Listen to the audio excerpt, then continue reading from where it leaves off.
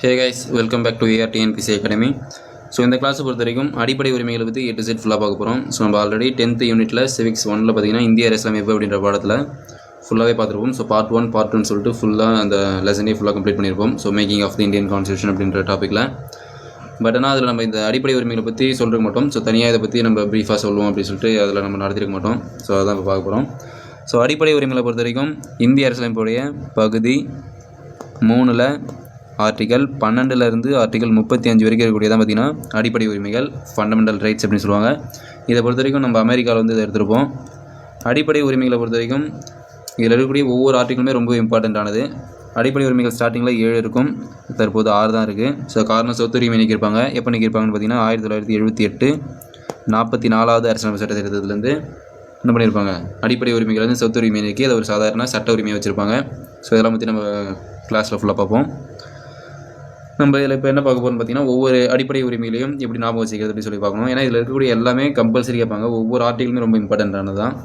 So first பார்த்தீங்கன்னா சட்டப்பிரிவு 12, 13 அடிப்படை உரிமைனா என்ன, அது யார் யாருக்கெல்லாம் பொருந்தும், யார் யாருக்கெல்லாம் பொருந்தாது, அது எப்போல்லாம் தடை செய்யலாம், தடை செய்ய மாட்டாங்கன்ற பற்றி அடிப்படை உரிமையை பற்றி ஒரு ப்ரீஃபாக எக்ஸ்பிளைன் பண்ணுற மாதிரி இருக்கும். ஸோ அதனால் 12, 13 நமக்கு தேவையில்லாது. ஸோ நமக்கு ஸ்டார்ட் ஆகிறது 14 தான் ஸ்டார்ட் ஆகுது. நான் ஸ்டார்டிங்கில் சொல்லியிருப்பேன், ஸ்டார்டிங்கில் 7 வகையான அடிப்படை உரிமைகள் இருக்குது, தற்போது 6 வகையானது. ஸோ இந்த 6மே பார்த்திங்கன்னா ஒவ்வொரு டாப்பிக்கில் வரும். ஒவ்வொரு டாப்பிக்கின் கீழே 5 ஆர்டிகல்ஸ், 2 ஆர்டிகல்ஸ் இந்த மாதிரி இருக்கும். ஃபர்ஸ்ட் டாபிக் பார்த்திங்கன்னா சமத்துவ உரிமை. ஸோ இது கீழே ஒரு 5 ஆர்டிகல்ஸ் இருக்கும். செகண்ட் பார்த்திங்கன்னா சுதந்திர உரிமை, இது கீழே ஒரு 5 ஆர்டிகல்ஸ் இருக்கும். சுரண்டலுக்கு எதிரான உரிமை இதில் 2 இருக்கும். சமயச்சார்பு உரிமை இதில் ஒரு 4 இருக்கும். கல்வி மற்றும் கலாச்சார உரிமையில் 2 இருக்கும். ஸோ அரசியலமைப்பு உட்பட்டு தீர்வு காணும் உரிமையில் 1 இருக்கும். ஓகேங்களா? ஸோ இது எப்படி ஞாபகம் வச்சுக்கணும் பார்த்தீங்கன்னா ஒரு ஷார்ட்கட்டில் ஞாபகம் வச்சுக்கலாம். ஸோ ஃபஸ்ட் ஒன் பார்த்திங்கன்னா நான் ஃபஸ்ட்டு ஷார்ட்கட் சொல்லிடுறேன். ஸோ இதில் இருக்கிறது அண்டர்லைன் பண்ணுறேன், அதே பார்த்துங்க. சட்டத்துக்கு முன்னாடி எல்லாம் சமமாக இருந்தால் பாகுபாடு இல்லாமல் வேலை கிடைக்கும்.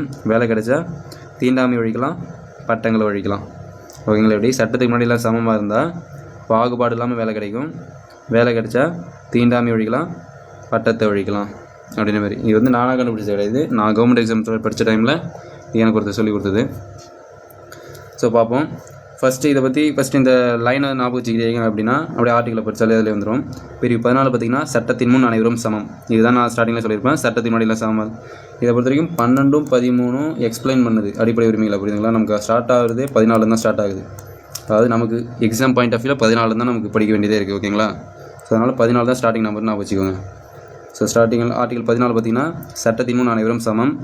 15 பார்த்திங்கன்னா மதம், இனம், சாதி, பாலினம் மற்றும் பிறப்பிடம் இவற்றின் அடிப்படையில் பாகுபடுத்துவதை தடை செய்தல். 16 பார்த்திங்கன்னா பொது வேலைவாய்ப்புகளில் சமவாய்ப்பளித்தல். 17 தீண்டாமையை ஒழித்தல், அபாலிஷன் ஆஃப் அன்டச்சபிலிட்டி. 18 பார்த்திங்கன்னா இராணுவம் மற்றும் கல்விசார் பட்டங்களை தவிர மற்ற பட்டங்களை நீக்குதல். ஸோ இதான் சொல்லியிருப்பேன், சட்டத்துக்கு முன்னாடி எல்லாம் சமமாக இருந்தால் பாகுபாடு இல்லாமல் வேலை கிடைக்கும், வேலை கிடைச்சா தீண்டாமை ஒழிக்கலாம், பட்டங்களை ஒழிக்கலாம்.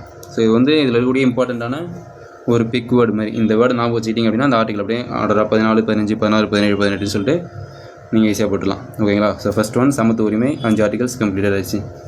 நெக்ஸ்ட் பார்த்திங்கன்னா சுதந்திர உரிமை, இதில் ஒரு 5 ஆர்டிகல். ஸோ பிரிவு 19 எல்லாருக்குமே மேக்ஸிமம் தெரிஞ்சிருக்கும். ஸோ பேச்சுரிமை, கருத்து தெரிவிக்கும் உரிமை, அமைதியான முறையில் கூட்டம் கூட்டுவதற்கான உரிமை, சங்கங்கள், அமைப்புகள் தொடங்க உரிமை, இந்திய நாட்டிற்குள் விரும்பிய இடத்தில் வதிக்கும் உரிமை மற்றும் தொழில் செய்யும் உரிமை. பிரிவு 19 கீழ் ஒரு 6 வகையான உரிமைகள் வரும். பிரிவு 19 பயன்படுத்தி தான் கருத்து தெரிவிக்கும் உரிமை அப்படின்ற பேரில் ஒவ்வொரு கட்சியும் இன்னொரு கட்சியை வந்து அவங்களுக்கு தோன்ற மாதிரி பேசுவாங்க. அது எல்லாமே பார்த்திங்கன்னா கருத்து தெரிவிக்கும் உரிமையில் தான் வரும். ஸோ அந்த மூவிக்கு ரிவ்யூ பண்ணுறதா இருக்கட்டும் எல்லாமே பிரிவு 19 கீழ் தான் நடக்கும். அதேமாதிரி பிரிவு 19 பொறுத்த வரைக்கும் தேசிய அவசரங்கள் நடைமுறைக்கு வருது அப்படின்னா முதல்ல ஸ்டாப் ஆகக்கூடியது பிரிவு 19 தான். அதை வந்து யாருமே நிறுத்தவில்லை, ஆட்டோமேட்டிக்காக அதுவே கட் ஆகிடும். ஸோ தேசிய அவசரங்களை நடைமுறையில் இருக்கும்போது நீங்கள் கருத்து தெரிவிக்கும் உரிமை அப்படின்லாம் சொல்லிட்டு எதுவும் பேசிகிட்டு இருக்க முடியாது, அது ஆட்டோமேட்டிக்காக கட் ஆகிடும். ஓகேங்களா? நெக்ஸ்ட் ஒன் பிரிவு 20. பிரிவு 20 பொறுத்த வரைக்கும் குற்றஞ்சாட்டப்பட்ட நபர்களுக்கான உரிமை மற்றும் தண்டனைகளில் இருந்து பாதுகாப்பு பெறும் உரிமை. பிரிவு 21 பார்த்திங்கன்னா வாழ்க்கை மற்றும் தனிப்பட்ட சுதந்திரத்திற்கு பாதுகாப்பு பெறும் உரிமை. இதை பொறுத்த வரைக்கும் தேசிய அவசர நடைமுறைக்கு வருது அப்படின்னா முதல்ல கட்டாகக்கூடியது பிரிவு 19. அதுக்கடுத்து இன்னும் சில அடிப்படை உரிமைகள் கூட குடியரசுத் தலைவர் நினைச்சாருன்னா என்ன பண்ண முடியும், அதை நிறுத்தி வைக்க முடியும். ஆனால் அந்த நிறுத்தி வைக்கக்கூடிய அடிப்படை உரிமைகள் அந்த பில்லு பார்த்திங்கன்னா நாடாளுமன்றத்தால் கட்டாயம் அங்கீகரிக்கப்பட வேணும். ஆனால் அந்த பிரிவு 20, 21 பொறுத்த வரைக்கும் இதை யாராலுமே ஸ்டாப் பண்ண முடியாது. ஸோ எந்த சூழ்நிலையிலுமே சரி, தேசிய அவசர நிலை இருந்தாலும் சரி, இல்லை மாநில அவசர நிலை, இல்லை நிதி சார்ந்த நெருக்கடி நிலை எது வந்தாலுமே சரி, இந்த பிரிவு 20, 21 குடியரசுத் தலைவரை நினைச்சா கூட நிறுத்தி வைக்க முடியாது. ஓகேங்களா? ஆனால் மற்ற 19 ஆட்டோமேட்டிக்காக கட் ஆகிடும். மற்ற ஆர்டிகல்ஸை பொறுத்த வரைக்கும் குடியரசுத் தலைவர் நினைச்சாரா நிறுத்தி வைக்கலாம். ஆனால் அப்படி நிறுத்தி வைக்கக்கூடிய பில்லு வந்து நாடாளுமன்றத்தில் அங்கீகரிக்கப்படணும். ஆனால் அந்த 20 21 மட்டும் குடியரசுத் தலைவரே நினச்சாலும் சரி, இல்லை நாடாளுமன்றம் நினச்சாலும் சரி நிறுத்தி வைக்க முடியாது. ஓகேங்களா? ஸோ அதை ஞாபகம் வச்சுக்கோங்க. அது கொஞ்சம் இம்பார்ட்டண்டான பாயிண்ட் தான். ஸோ பிரிவு 20 பார்த்திங்கன்னா குற்றஞ்சாட்டப்பட்ட நபர்களுக்கான உரிமை மற்றும் தண்டனைகளிலிருந்து பாதுகாப்பு உரிமை. 21 பார்த்திங்கன்னா வாழ்க்கை மற்றும் தனிப்பட்ட சுதந்திரத்திற்கு பாதுகாப்பு பெருமுரிமை. அதாவது உங்களை யாருமே என்ன பண்ண முடியாது, அடைச்சி வைக்க முடியாது எங்கேயுமே. ஸோ அதுதான் 21 சொல்லுது. 21 ஏ பொறுத்த வரைக்கும் நடுவில் தான் கொண்டு வந்திருப்பாங்க, தொடக்க கல்வி பெருமுரிமை. ஓகேங்களா? பிரிவு 21 ஏ பார்த்திங்கன்னா தொடக்க கல்வி பெருமுரிமை. 6 முதல் 14 வயதுக்கு உட்பட்ட குழந்தைகளுக்கு தொடக்க கல்வி பெருமுரிமை. அதுதான் பார்த்திங்கன்னா பிரிவு 21 ஏ சொல்லுவோம். பிரிவு 22 பார்த்திங்கன்னா சில வழக்குகளில் கைது செய்து தடுப்பு காவலில் வைப்பதற்கு எதிரான பாதுகாப்பு பெருமுரிமை. ஓகேங்களா? பிரிவு 22 சில வழக்குகளில் கைது செய்து தடுப்பு காவலில் வைப்பதற்கு எதிரான பாதுகாப்பு பெறும் உரிமை. நெக்ஸ்ட் பார்த்திங்கன்னா சுரண்டலுக்கு எதிரான உரிமை. இதில் பார்த்திங்கன்னா 2 ஆர்டிகல் தான், பிரிவு 23 மற்றும் 24 தான். பிரிவு 23 பொறுத்த வரைக்கும் கட்டாய வேலை, கொத்தடிமை முறை மற்றும் மனிதத்தன்மையற்ற வியாபாரத்தை தடுத்தல் தான் அது பிரிவு 23. இது வந்து பெரியவங்களுக்கானது. ஸோ அதாவது கட்டாயமாக அவங்களை வேலை வாங்குறது, கொத்தடிமை முறையில் வேலை வாங்குறது, மனிதத்தன்மையற்ற வியாபாரத்தை தடுத்தல். அதாவது என்ன சொல்கிறது, இந்த ஆர்கன் தெஃப்ட்லாம் இருக்குல்ல, உடல் உறுப்புகளை திருடுறது, அது எல்லாமே பார்த்திங்கன்னா பிரிவு 23 கீழ் தான் வரும். ஸோ அது பிரிவு 23. பிரிவு 24 பொறுத்த வரைக்கும் குழந்தை தொழிலாளர்களை பற்றி வரக்கூடியது. ஓகேங்களா? பிரிவு 24 வந்து குழந்தை தொழிலாளர்கள் பற்றி வரக்கூடியது. ரொம்ப இம்பார்ட்டண்ட்டான ஒரு ஆர்டிகல் தான். 24 சரி 23 சரி ரொம்ப இம்பார்ட்டண்ட் தான். 24 பொறுத்த வரைக்கும் பார்த்திங்கன்னா தொழிற்சாலைகள் மற்றும் ஆபத்தான இடங்களில் குழந்தை தொழிலாளர் முறையை தடுத்தல். ஸோ குழந்தை தொழிலாளர் முறையை தடுத்தல் பார்த்திங்கன்னா பிரிவு 24. ஓகேங்களா? ஸோ கேட்பாங்களா, ஒரு குழந்தை வந்து 24 மணி நேரம் சேர்த்துனா 24 மணி நேரமாக வேலை வாங்கிட்டு இருக்கீங்களே அப்படின்ற மாதிரி சொல்லுவாங்கள்ல. ஸோ ஞாபகம் வச்சுங்க, 24 மணி நேரமாக ஒரு குழந்தை வேலை வாங்கிட்டு இருக்கீங்களே அப்படின்ற மாதிரி. ஸோ அப்போ 24 வந்துச்சுன்னா குழந்தை தொழிலாளர் முறை. ஓகே, அப்போ மேலே இருக்கக்கூடிய 23 ஸோ அப்சல்யூட்லி பெரியவங்களுக்கு. ஸோ கொத்தடிமை முறையில் வாங்குறது, இல்லை கட்டாயமாக வேலை வாங்குறது, ஆர்கன் தெஃப்ட் பண்ணுறது, ஸோ ஆர்கன் ட்ரேடிங் எல்லாமே இதில் வரும், பிரிவு 23 வரும். ஓகேங்களா? நெக்ஸ்ட் பார்த்திங்கன்னா சமயச்சார்பு உரிமை. ஸோ 4 பார்த்திங்கன்னா சமயச்சார்பு உரிமை. ஸோ இதில் 4 ஆர்டிகல்ஸ் இருக்குது. ஃபர்ஸ்ட் ஒன் பார்த்திங்கன்னா பிரிவு 25 பொறுத்த வரைக்கும் எந்த ஒரு சமயத்தினை ஏற்கவும் பின்பற்றவும் பரப்பவும் உரிமை. புரியுதுங்களா?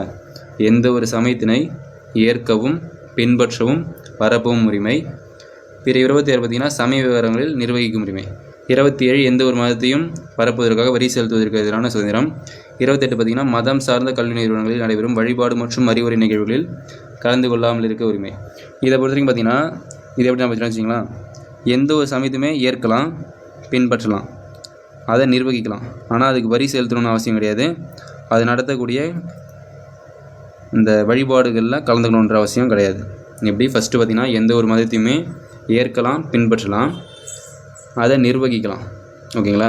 ஆனால் அதுக்கு வரி செலுத்தணுன்ற அவசியம் இல்லை, அது நடத்தக்கூடிய வழிபாடில் கலந்துக்கணுன்ற அவசியம் இல்லை. ஓகேங்களா? ஸோ 25 பார்த்திங்கன்னா எந்த ஒரு சமயத்தினை ஏற்கவும் பின்பற்றும் பரப்பும் உரிமை. 26 பார்த்திங்கன்னா சமய விவகாரங்களை நிர்வகிக்கும் உரிமை. 27 பார்த்திங்கன்னா அதுக்கு வரி செலுத்தணும்னு அவசியம் இல்லை, எந்த ஒரு மதத்தையும் பரப்புவதற்காக வரி செலுத்துவதற்கு எதிரான சுதந்திரம்.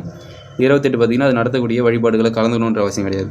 மதம் சார்ந்த கல்வி நிறுவனங்களில் நடைபெறும் வழிபாடு மற்றும் அறிவுரை நிகழ்வுகளில் கலந்து கொள்ளாமல் இருக்க உரிமை. ஓகேங்களா? 5 பார்த்திங்கன்னா கல்வி கலாச்சார உரிமை. இதில் வந்து 2 ஆர்டிகல்ஸ் வரும். ஃபர்ஸ்ட் ஆர்டிகல் பார்த்திங்கன்னா 29 சிறுபான்மையினரின் எழுத்து மொழி மற்றும் கலாச்சார பாதுகாப்பு. பிரிவு 29 பார்த்திங்கன்னா சிறுபான்மையினரின் எழுத்து மொழி மற்றும் கலாச்சார பாதுகாப்பு. 30 பார்த்திங்கன்னா சிறுபான்மையினரின் கல்வி நிறுவனங்களை நிர்வகிக்கும் உரிமை. இதில் வந்துச்சு பாருங்கள், கல்வி கலாச்சார உரிமைன்னு இருக்கா. ஸோ ஃபர்ஸ்ட் ஒன் கலாச்சாரம், நெக்ஸ்ட் ஒன் கல்வி. பிரிவு 29 பொறுத்த வரைக்கும் ஸோ சிறுபான்மையினுடைய எழுத்து மொழி கலாச்சார பாதுகாப்பு. 30 பார்த்திங்கன்னா சிறுபான்மையினரின் கல்வி நிறுவனங்களை நிர்வகிக்கும் உரிமை. அந்த டாப்பிக்லேருந்தே வந்துச்சு கல்வி கலாச்சார உரிமைன்னு இருக்கா, ஆனால் அதில் வரது கலாச்சார கல்வி உரிமைன்ற மாதிரி வருது. ஓகேங்களா? அதை ஞாபகம் வச்சுக்கோங்க. நெக்ஸ்ட் ஒன் பார்த்திங்கன்னா பிரிவு 30 வந்துருச்சா, அதுக்கடுத்து பிரிவு 31 வரணும், ஆனால் ஸ்ட்ரெயிட்டாக 32 தான் வந்திருக்கும். காரணம் அந்த பிரிவு 31 தான் பார்த்திங்கன்னா அடிப்படை உரிமை. It means sorry for that சொத்துரிமை நீக்கியிருப்பாங்கன்னு சொல்லியிருப்போம் இல்லையா, அதுதான் பார்த்திங்கன்னா பிரிவு 31 இருந்திருக்கும். அந்த சொத்துரிமை நீக்கியிருப்பாங்க. ஸோ அதை கீழே பார்ப்போம். இப்போ பார்த்திங்கன்னா 6வது அடிப்படை உரிமை பார்த்திங்கன்னா அரசியலமைப்புக்கு உட்பட்டு தீர்வு காணும் உரிமை. இது வந்து இருக்கிறதுல ரொம்ப ரொம்ப ரொம்ப இம்பார்ட்டண்ட்டான ஒரு ஆர்டிகல் தான் அது. ஆர்டிகல் 32 அரசியலமைப்புக்கு உட்பட்டு தீர்வு காணும் உரிமை. இந்த ஆர்டிகல் 32 பொறுத்த வரைக்கும் பார்த்திங்கன்னா தனிப்பட்டவரின் அடிப்படை உரிமைகள் பாதிக்கப்படும் போது நீதிமன்றத்தை அணுகி உரிமையை பெறுதல். ஸோ நீதிமன்றத்தினா சாதாரண நீதிமன்றம் இல்லை, நீங்கள் டைரெக்டாக சுப்ரீம் கோர்ட்டுக்கே போகலாம். அதாவது உங்களுக்கு கொடுக்கப்பட்ட அடிப்படை உரிமைகள் மேலே சொல்கிறாங்களா 12லேருந்து 35 வரைக்கும் இருக்கக்கூடிய அடிப்படை உரிமைகளை ஏதாவது உரிமை வந்து மீறப்படுது மறுக்கப்படுது அப்படின்னா நீங்கள் ஆர்டிகல் 32 யூஸ் பண்ணி டைரெக்டாக சுப்ரீம் கோர்ட்டில் போய் என்ன பண்ணலாம், உங்களோட அடிப்படை உரிமைகளை வாங்கலாம்.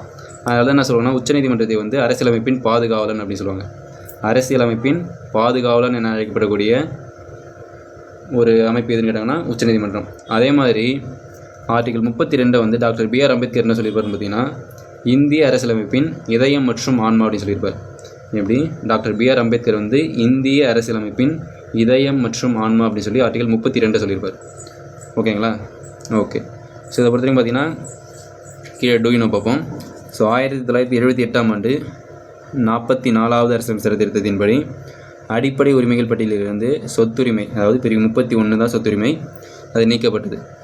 நீக்கிட்டு என்ன பண்ணியிருப்பாங்கன்னு பார்த்தீங்கன்னா இது இந்திய அரசியலமைப்பு சட்டம் பகுதி 12 பிரிவு 300A கீழ் ஒரு சட்ட உரிமையாக வைக்கப்பட்டுள்ளது.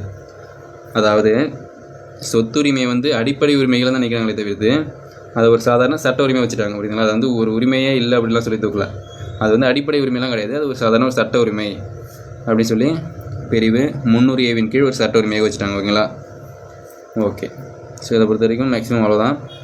ஸோ இந்த ஒரு பேஜ், ஸோ இது பார்த்தீங்கன்னா 10th சிவிக்ஸில் பேஜ் நம்பர் 188. இதை ஒரு ஸ்க்ரீன்ஷாட் போட்டு நீங்கள் வால்பேப்பர்லேயே வச்சாலும் சரி தான், வச்சு அதை டெய்லியும் பார்த்து படித்தாலே ஓகே தான். காரணம் இதில் வந்து இந்த பேஜில் கம்பல்சரி இந்த பேஜில் இருக்கக்கூடிய ஒவ்வொரு ஆர்டிகளுமே ஒவ்வொரு கொஷின் தான். நீங்கள் ப்ரீவியஸ் இயர் கொஷின்ஸ் எடுத்து பார்த்தீங்க, அது வந்து எஸ்ஐ கொஷினாக இருக்கட்டும், இல்லை பிசி கொஷினாக இருக்கட்டும், இல்லை குரூப் 4 குரூப் 2 குரூப் 1 எதாக இருந்தாலும் சரி தான். இதிலேருந்து ஒரு கொஷின் கூட இல்லாமல் அதில் இருக்கவே இருக்காது. கம்பல்சரி எல்லாமே பார்த்திங்கன்னா ஒவ்வொரு எக்ஸாம்ஸில் கேட்டிருப்பாங்க. ஸோ அவ்வளோ ஒரு இம்பார்ட்டண்டான ஒரு பேஜ் தான் இது. ஸோ ஓகே கைஸ், ஸோ நம்ம ஆல்ரெடி இதை பற்றி இந்த பாடத்தை பற்றினா ஃபுல் கிளாஸ் பார்த்திங்கன்னா பார்ட் 1 பார்ட் 2 சொல்லி நம்ம ஆல்ரெடி அப்லோட் பண்ணியிருப்போம். ஸோ அதில் நிறையா நம்ம புக்கில் இல்லாத டேட்டாஸ் நிறைய கொடுத்துருப்போம். ஸோ அதை பார்த்து யூஸ் பண்ணிக்கங்க. Thank you guys. இந்த வீடியோ பிடிச்சிருந்தா மறக்காம நம்மளுடைய ARTNPC அகாடமி யூடியூப் சேனலை சப்ஸ்கிரைப் பண்ணுங்கள். தேங்க்யூ.